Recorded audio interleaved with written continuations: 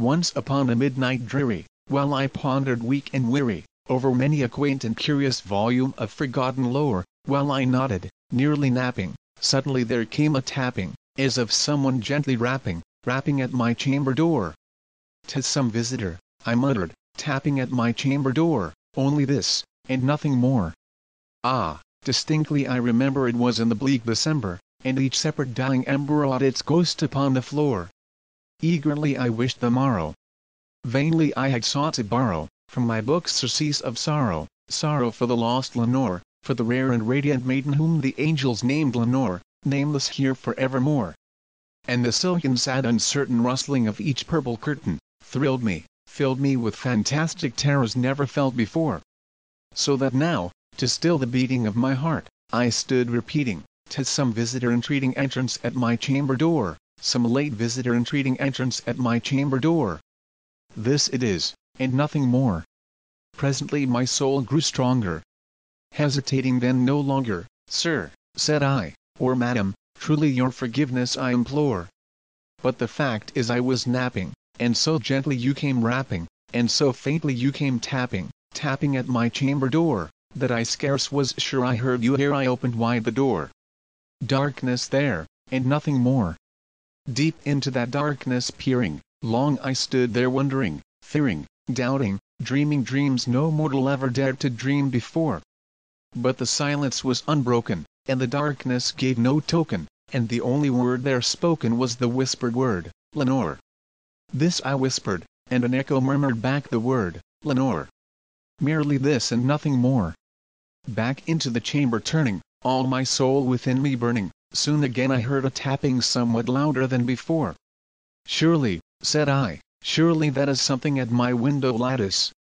Let me see then, what thereat is, and this mystery explore, let my heart be still a moment and this mystery explore."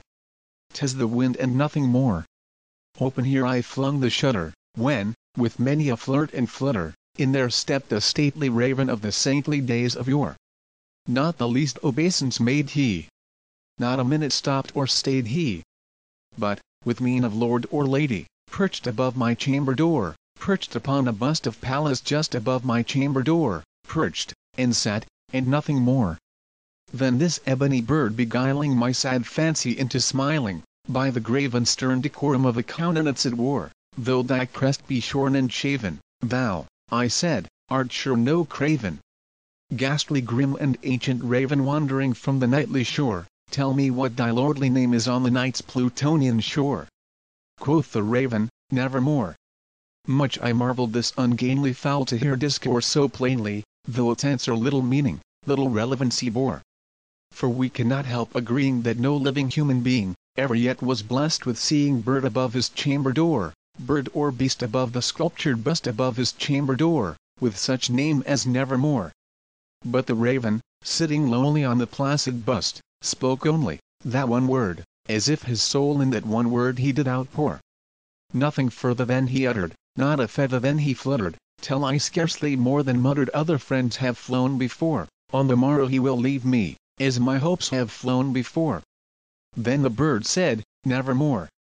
Startled at the stillness broken by reply so aptly spoken, "Doubtless," said I, "what it utters is its only stock and store, caught from some unhappy master whom unmerciful disaster followed fast and followed faster till his songs one burden bore, till the dirges of his hope that melancholy burden bore, of never nevermore." But the raven still beguiling all my sad soul into smiling, straight I wheeled a cushioned seat in front of bird and bust and door.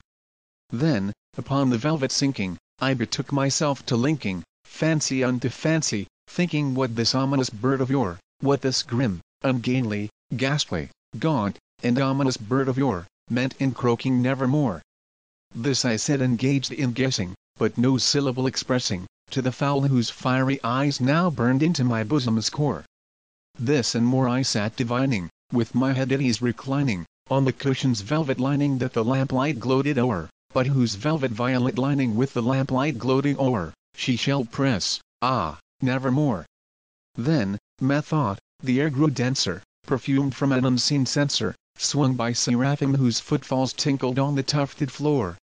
"Wretch," I cried, "thy God hath lent thee By these angels he has sent thee, respite, and nepenthe from thy memories of Lenore. Quaff, oh quaff this kind nepenthe, and forget this lost Lenore. Quoth the raven, nevermore. Prophet. Said I, thing of evil. Prophet still, if bird or devil. Whether tempter sent, or whether tempest tossed thee here ashore, desolate yet all undaunted, on this desert land enchanted, on this home by horror haunted, tell me truly, I implore, is there balm in Gilead? Tell me, I implore. Quoth the raven, nevermore. Prophet. Said I, thing of evil. Prophet still, if bird or devil. By that heaven that bends above us, by that God we both adore, tell this soul with sorrow laden if, within the distant 18, it shall clasp a sainted maiden whom the angels named Lenore, clasp a rare and radiant maiden, whom the angels named Lenore.